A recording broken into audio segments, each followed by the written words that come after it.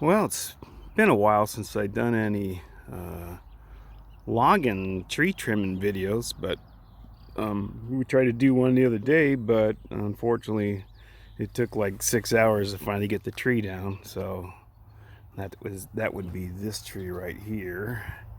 When it fell down, it fell across the ditch, and I still have one big chunk of wood in the ditch. And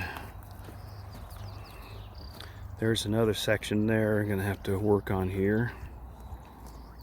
And then over here, been chopping on this, and so far, that's probably 24, 26 inches in diameter. That piece there. I've been cutting it all with my little Milwaukee 16-incher, but it's got a lot of stuff to go yet. The stump here is pretty good size, at least 4 foot across right there where it broke and took part of the root out with it. And then there's a chunk there I'm going to be yanking into the yard with the winch. Another one back there, I'll be pulling in the yard. These are on the neighbor's property, so I'll just hook up a big winch to it and pull it on our property here, and then just go from there. So still piece of the tree standing, 10 feet tall maybe, but working on it. So this is what I've been using to get these rounds, from out of the ditch or falling into the ditch. But my my ATV logging trailer, I think I had a video. I started building this. Basically what it was the wheels. I don't think I did another video after that. It was just hit or miss. That piece you see sticking out the back there is loose in there. There's a nut up front that loosens that up, and that whole thing can extend out.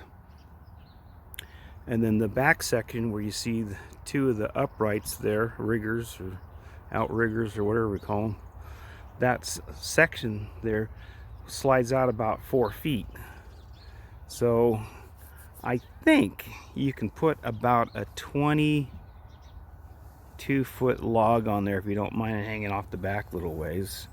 So here's my toy saw. It's Milwaukee 16-inch bar. It's quite fast.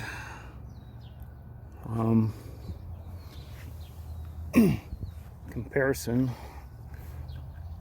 So these have been probably 20-inch chunks of wood. These here are bigger.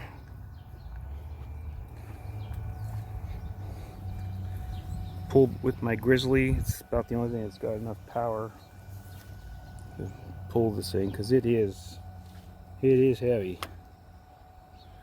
And so it uses a 3,500-pound winch.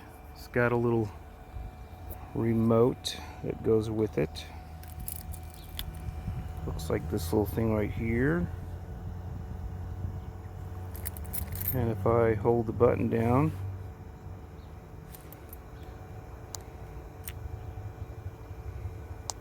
starts to blue, and then from there you can retract, or you can actually extend the thing out a ways.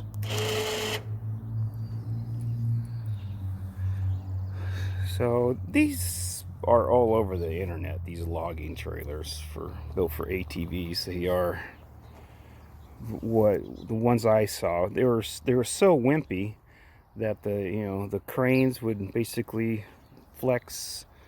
If you didn't have the outriggers out and you picked up anything from the side at all, it would just bend that tube. And the tube that's on there is a 2x3. It's a 120 wall. It's pretty thick. The The main frame of it is 4 pieces of channel welded, flat side to flat side, and it creates basically a long box that this piece of rectangle tubing fits in. So that thing slides in and out, not very easily, especially if you get any weight on it. So, and that's a pretty heavy wall channel, and it's welded full length, little pieces at a time. The main body is made out of a 2x2, and that's fairly thin wall. These are 2x2. The next section is like 1 3/4 inch thin wall, and then the next section is 1.5 inches.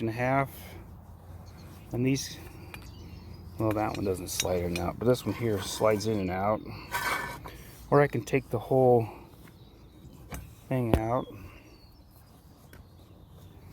Just grab a hold of the whole thing, lift up, and the whole thing comes out.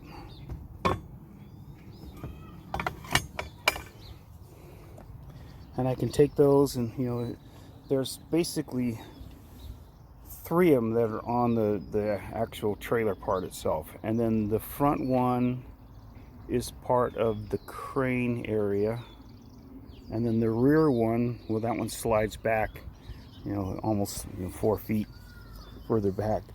So you can position this thing so that the center of that is basically at the end of the channel. So this whole thing will slide back quite a ways if you want to pick up and carry around some really, really long logs. And most of that stuff is fairly thin wall. The actual trailer frame itself is got some heavier stuff on it. And then you can see a little gap between these two here. Well, the crane part, you can actually move that as well too. I like it closer to the ATV, but not this close, because when you turn, you start running into stuff. So, and then the battery generally is supposed to go up on the back of my ATV, but to get it back here and use it first, well, my ATV wasn't even running. So, and then there's a circuit breaker that comes off the positive side. There's a quick wire there for trickle charging, and that comes up into this, the box that does the wireless for the winch, and then it plugs in. I still need to do a few little minor adjustments on it. I think the winch needs to be farther down the line a little bit, because when this thing pivots back and forth, the winch will actually hit the side channel. And when you're loading stuff onto the trailer, you basically set the boom so that it's in the center. And when you're unloading, you set the boom off to the side, and then when you grab on this log, it'll pull it over to the middle. And then as it starts to take the weight up, these chains up here will pull taut, and it'll swing the thing off to the side. And you have to have these outriggers out. It's nice to have both of them out, but at least whatever side you're working on, you have to have the outrigger out, or it'll bend that frame. So the crane is all super heavy duty material. I believe this out here is 2 inch coming up, and then the holders are 2.5 inch. And they slide in next to each other to save space. And then the crane is, I think it's 2.5 as well. And then the back plate right here is got a chain that chains down to the main frame, and that keeps the crane from see how this toppling thing over. works, huh? So figures that every time I try to do something, it's raining. So let's try to pick up this next log and show you how it swings over, and then I'm gonna try and set it on those other 2 logs there. So.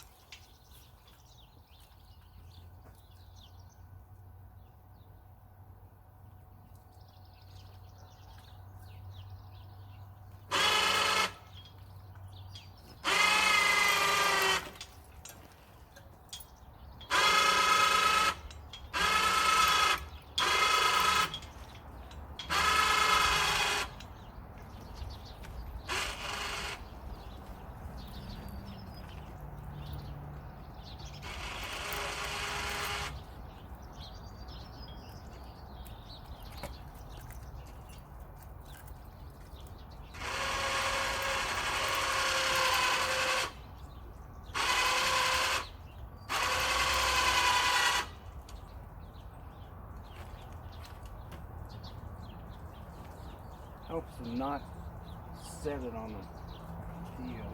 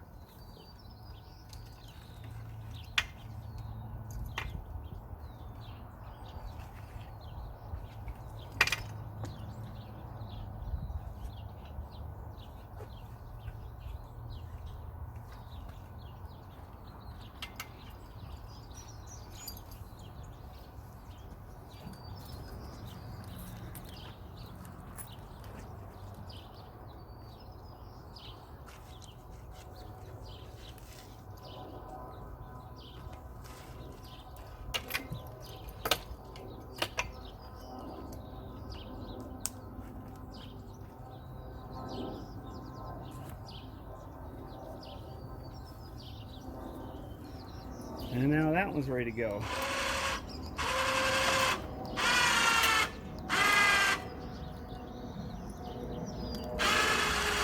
I'm going to leave that right there for now. I'm going to show you how well my little chainsaw works.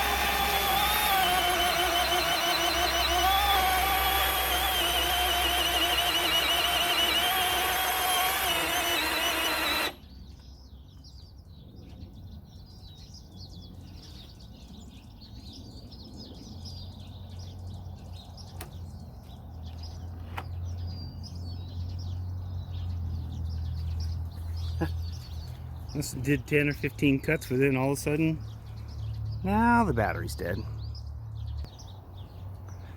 There we go, with a little bit of magic, the battery's been recharged. I run a 12-hour battery on my chainsaws, but I also have an 8-hour battery here, and a 9-hour battery, and I've got two of the 12s, and the 12s work pretty good. I can get maybe 10 cuts, big cuts like that out of this with the 12-hour battery, and it will cut it'll cut a whole bunch of softwood. Mainly the wood I like to burn is lodgepole pine, and I can probably do a pickup load with one of those batteries right there. And it's hard to say, because what I do is I usually cut it up in long lengths, put it on my trailer, and then stick it out on my other trailer, and then haul it to town like that in log lengths. So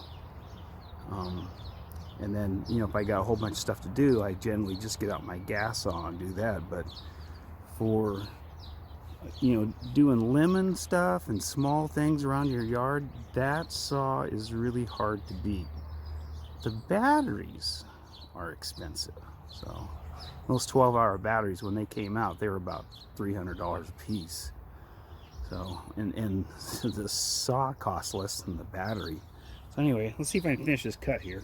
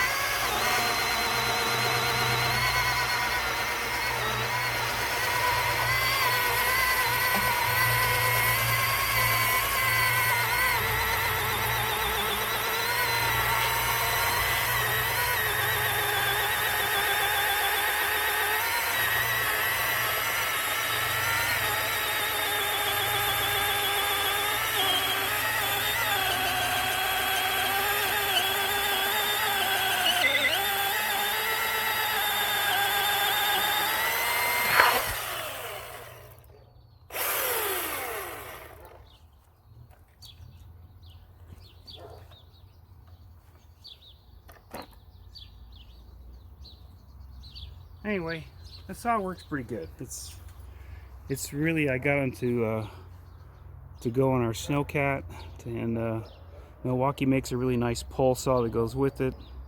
So anyway, that's kind of my little tour over my my little logging trailer. That boom does come out. It'll come out farther, go in shorter. You can tighten up the chains to make a higher lift, but it works okay. I think the next one I build is going to be hydraulic, but it'll probably weigh another 1,000 pounds heavier than that one there.